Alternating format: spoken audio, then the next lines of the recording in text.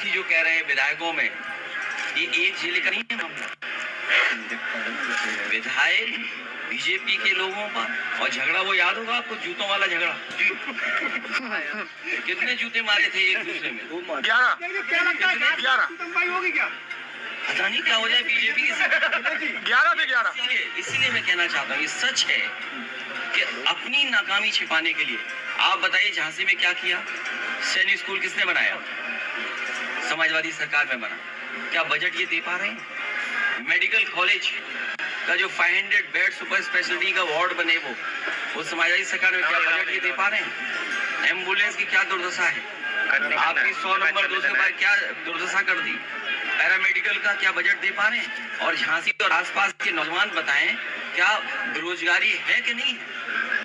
क्योंकि इनके पास किसी समस्या का समाधान नहीं है, इसलिए जानबूझ करके पॉलिटिकल पार्टियों को उलझा के रखना।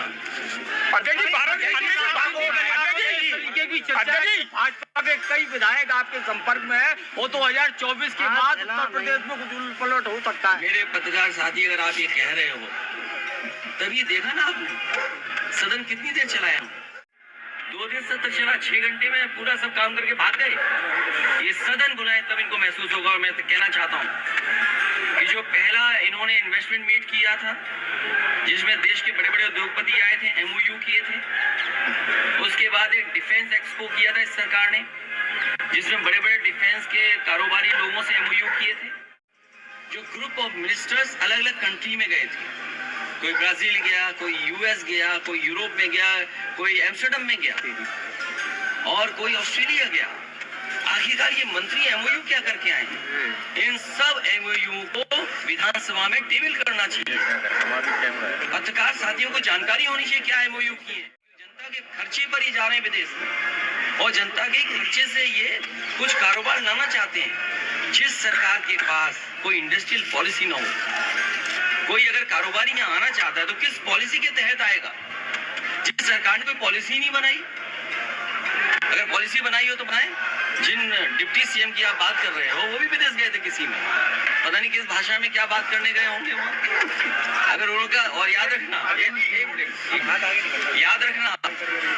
जब विदेश गए होंगे तो इनकी FIR की कॉपी भी जरूर पता कर ली होगी उन्होंने। वो इंडस्ट्रियल पॉलिसी क्या है? कोई कारोबारी अगर इन्वेस्ट करना चाहता है तो इंसेंटिव क्या है उसको?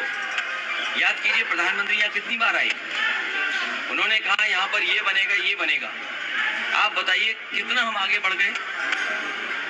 क्या इन्वेस्टमेंट आ गया? अब तो 8 साल हो गए कि नहीं हो गए दिल्ली की सरकार में, और अभी चुनाव आने जा रहा है 24 में, 1 साल बाद। जो काम 8 साल में नहीं हुआ, वो 1.5-2 साल में कैसे हो जाएगा बताइए आप? तो डिफेंस एक्सपो के नाम पर और डिफेंस के नाम पर आपको धोखा दिया गया कि नहीं दिया गया? और फिर किस पॉलिसी के तहत इंसेंटिव दे रहे हैं? क्या इंसेंटिव दे रहे हैं? कोई है पॉलिसी? और आपको अच्छी तरह याद होगा, इसी शहर में आकर के मुख्यमंत्री जी ने कहा कि हम दिल्ली से जोड़ देंगे एक्सप्रेसवे से। आप बताओ, आपके बुंदेलखंड एक्सप्रेस कितना दूर है यहाँ से? क्या झांसी जुड़ गया आपके एक्सप्रेसवे से? वो भूल गए आप, क्योंकि मुख्यमंत्री जी पहली बार आए थे, उन्हें ये नहीं पता था कि झांसी से दिल्ली जाने के लिए क्या रास्ता होगा। अगर उन्हें ये पता होता तो शायद अलाइनमेंट भी एक्सप्रेसवे का ऐसा होता कि झांसी जुड़ा होता आपका। अध्यक्ष जी, भारत जोड़ो यात्रा जीतने वाली है। अध्यक्ष जी, भारत जोड़ो यात्रा में आप क्या चीज? आपके आने से विजयादशमी पर एक मुकदमा लिखा, वो हमारे लिए स्वागत है। अध्यक्ष जी ये स्वागत समेत वापस करेंगे क्या? नहीं, ये कहना लोकतंत्र में ठीक भाषा नहीं होगी। आप चाहो तो वापस कर दो। पंचायत चुनाव में आपने कहा था कि हम सूद समेत वापस करेंगे। नहीं, ये कह नहीं सकते। वैसे तो ये गाँव की भाषा में होता है पूरी के संग गुना देना। अब आप क्या अध्यक्ष जी, क्या लगता है निकाय चुनाव अध्यक्ष जी, भारत जोड़ो अध्यक्ष जी, क्या लगता है जो ये भाषा समाजवादियों की नहीं हो सकती। अध्यक्ष जी, कहावत ये भी है कि पूरी के संग गुना वापस करना, यही है कहावत के नहीं। अखिलेश जी, आपकी पार्टी संघर्ष की पार्टी है। अध्यक्ष जी, क्या लगता है निकाय चुनाव निष्पक्ष होगा? तो चले नहीं जाएंगे अध्यक्ष जी। हमारी देखिए, सवाल ये नहीं कौन, देखिए आप अपने आप कहानी मत बनाइए। ये कहावत है चंडू खाने की गप, तो मत सुनो। अध्यक्ष जी, क्या लगता है भावना है कि भारत जोड़ो हमारी भावना है उसके साथ, लेकिन सवाल ये है कि बीजेपी हटाएगा कौन? नहीं तो कैसे हटेगी? वो बीजेपी हटाने के लिए ही तो इकट्ठा कर रहे हैं सबको। अरे अध्यक्ष जी कि समाज को लेकर तो अध्यक्ष जी क्या लगता है डिप्टी और सही में तो टंच नहीं है आपके? क्या चीज? आपने कहा है डिप्टी सीएम को टंच करते हैं कि 100 विधायक ले आओ सरकार तंज क्या होता है? अरे भाई, हमारे पास 100 विधायक हैं, बस 125 हो सकते हैं हम पर, मान लीजिए भाई उनकी ख्वाहिश ये कि मुख्यमंत्री बन जाए, वो बन ही नहीं पा रहे। नहीं तो कौन बनाएगा उन्हें? 2 डिप्टी सीएम है ना। डिप्टी सीएम क्यों आना चाहे? ऑफर खुला है, किसको? जो ले आए। अध्यक्ष जी डिप्टी अरे वहाँ तनी है ना? वहाँ तनी हो जाएगी फिर।